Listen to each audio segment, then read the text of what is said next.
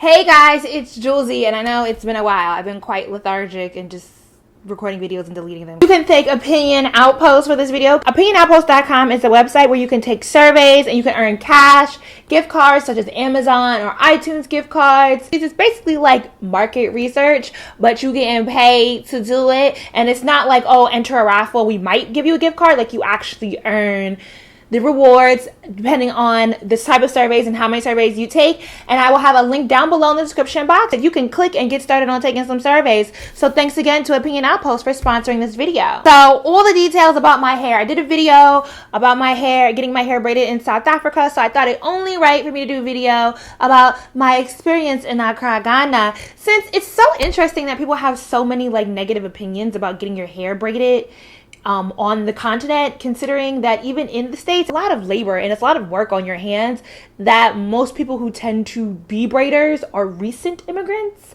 So I don't really get the disconnect. And when like I tell people, oh, I want to get my hair braided, they're like, oh girl, be careful girl. I don't be knowing, but I have to like really give a shout out to Ama Mama, because like, girl, I want to shout out the Ama that I met in Ghana, but I met her because of Ama Mama, so you done changed my whole life. The other Ama, whose last name I can't pronounce, my soror, was not really there for the bulk of my stay in Ghana, but she was someone that I could like hit up and just ask about what to do, and it was just so like, I know I have to do a video on my overall experience on Ghana. I know it's complex, girl. You know, I'm not a simple person.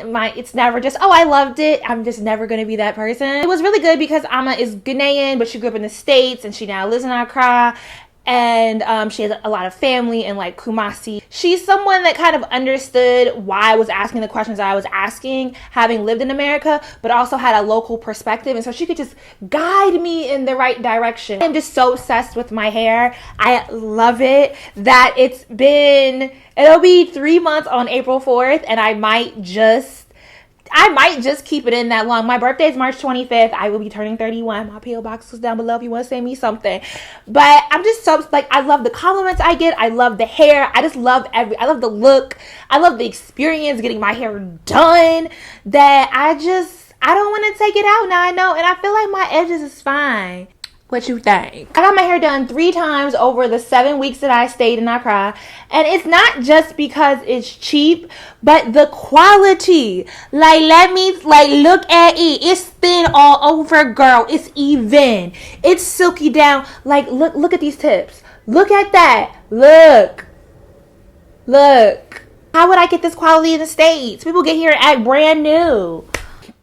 I knew that I wanted to get my hair braided at least twice. Now, the first time I actually didn't really have a good experience, and that's because I got my hair braided the day I landed in Accra.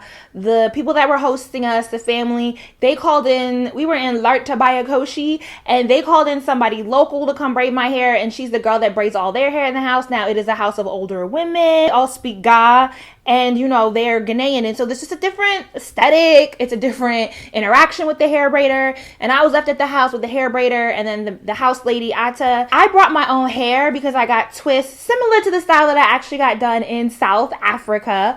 And so I brought my purple ombre Marley hair, and I brought 12 packs of it. So Ata proceeded to take the Marley hair and brush it out. And I am trying to tell this woman that you don't brush out Marley hair. It's the biggest waste. And Ata just didn't want to listen to me. She's like, that stoops. And I'm just like, bruh, like, you know, it's my first day, and I'm like, well, maybe I just don't understand the culture. Maybe she knows something I don't know. I don't really feel like arguing with women. I hadn't yet figured that all I gotta do is make the sounds back, and people will, it's like a clap back. If you understand your hair and you could communicate that to the hairstylist, I wouldn't be so hyper worried about my edges falling off from how they braid my hair. I think people who've had really bad experiences with getting their hair braided, and actually now that I think of it, it's making sense now why people have, because in West African culture, you don't speak up. Like, customer service, it ain't even a thing, girl. That shit don't exist. And then on top of it, when it's somebody who's older than you or elder, you don't talk back. Like, you don't tell them that you don't like something. You don't tell them that you're really uncomfortable. You eat it until it's done. You let them do what they gotta do. Especially if they kind of at you. That's actually is to tell you, to check you. Like, shut up.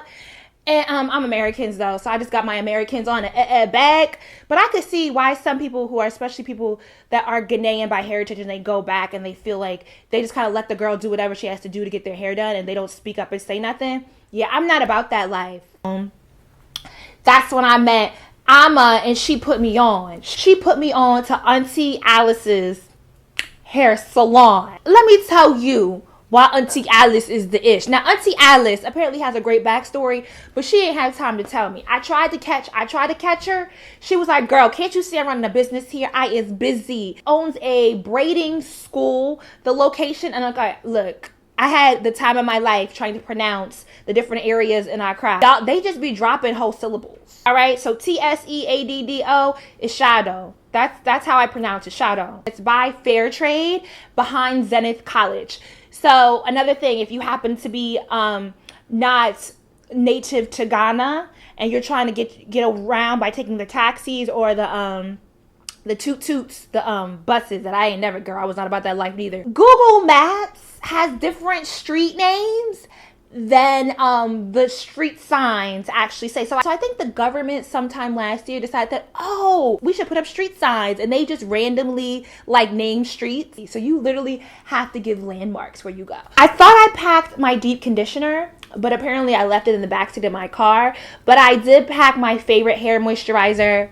That's a video you can see too. So I had to let them wash my hair. Now, another interesting kind of observation about Ghana is that, so are people natural? No, I wouldn't say they're natural because it's like a thing. I say they were natural because of like the cost of getting a relaxer. People that are natural because of what it means to them are a very small subset, and they tend to be more of the privileged, the more educated subset. It's kind of mind-boggling to be in a country where the resources that we use as the base for our natural hair care products come directly from this country, right? Like shea butter, a lot of the herbs, as you saw in my Alafia video, they're coming from this region of the world, and this same region doesn't get the same access to hair care products for their own hair. There is something to be said about Cream of Nature having a huge billboard in Accra with Africa Miranda on it with like curly ringlets of hair. You know, it's like, okay, in America, that would be like a, yes, we love it. Great representation of the black woman. I love seeing this billboard driving on the highway. But in Accra, where like the melanin is more richer and deeper, where the bulk of the women have, you know, hair texture similar to mine, seeing a curly girl ad, just a lot of Dark and Lovely, but Dark and Lovely for relaxed hair products. Like it's not necessarily all on us either, because the government doesn't necessarily make it easy to import stuff. But you know, yo, you got a natural hair company, holla at the U.S. Embassy. They want to see you come back over. I've never lived a life where raw shea butter really helped my hair, so I kind of had to take a risk. I say this to say, when I went to Auntie Alice's and was like, can you condition my hair? Now, the conditioner they use still dried my hair out quite a bit, but the girl washed my hair. And for $6 CD, which is like $2 American, like $1 and change, that was like one of the best like hair massages I ever had. She had an attitude because like when she tried to go, she like the way she was detangling my hair, I was just like, ooh, sis. Like, I appreciate the massaging. Like you are doing the damn thing with my scalp, but you can't like detangle my hair and then massage it after, because you're just tangling it back up. So like, you know, I love it. We could keep going. We could keep massaging for the next hour, but like we got to detangle and then leave it alone. And then they had like our hair products from like when I was in 6th grade, like 1990s hair products. So there was Jam, there was like the old school purple Dark and Lovely, and Pro Gel, all the ish that's just like, girl, it's not good for your hair. Because I definitely went to a store that had Shea Moisture. A young woman who I lived in Brooklyn and came back and opened up a store in La Bonnie. The Shea Moisture, the coconut, the orange bottle deep conditioner was 40 American dollars. She tried it. So the first style I got was like the double twist with the small braids going into it. I decided to get that style because I was like, you know, getting your hair braided is so cheap out here. This isn't a style that I would ever get done in the States because I didn't know at the time how it would turn out. Like I didn't know if it would look cute on. It was good to see a woman own a business, because I think if you notice a lot of times in the natural hair community, these bigger companies are always run by men. It was great because all the girls spoke English. Like the girls were super nice. I love that they were young, that they were learning a trade that essentially they can go and open their own braid shops. And they had a level of customer service that was just so vital. Alice comes and checks everybody's hair as it's being done, and she tells you the price. All together for my 2 cornrow style, which just, oh, it was so bomb. It was so beautiful. I kept it in for about 3 weeks.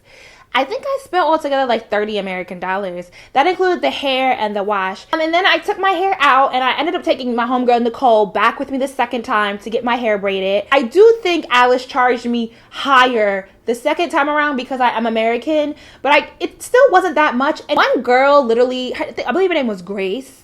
I really wanted to tip her, but I couldn't find her after. She just did an amazing job on my hair, and she did the bulk of it herself. I simply showed them a picture of Tupo, the girl who I believe I found out about her when Peak Mill had twists similar to this. It wasn't even a full length picture. It was literally her head like cropped. And I was like, well, I want my braids like this, and they did it. They charged me 120 CD to get it done. I spent about $36 getting my hair done like this.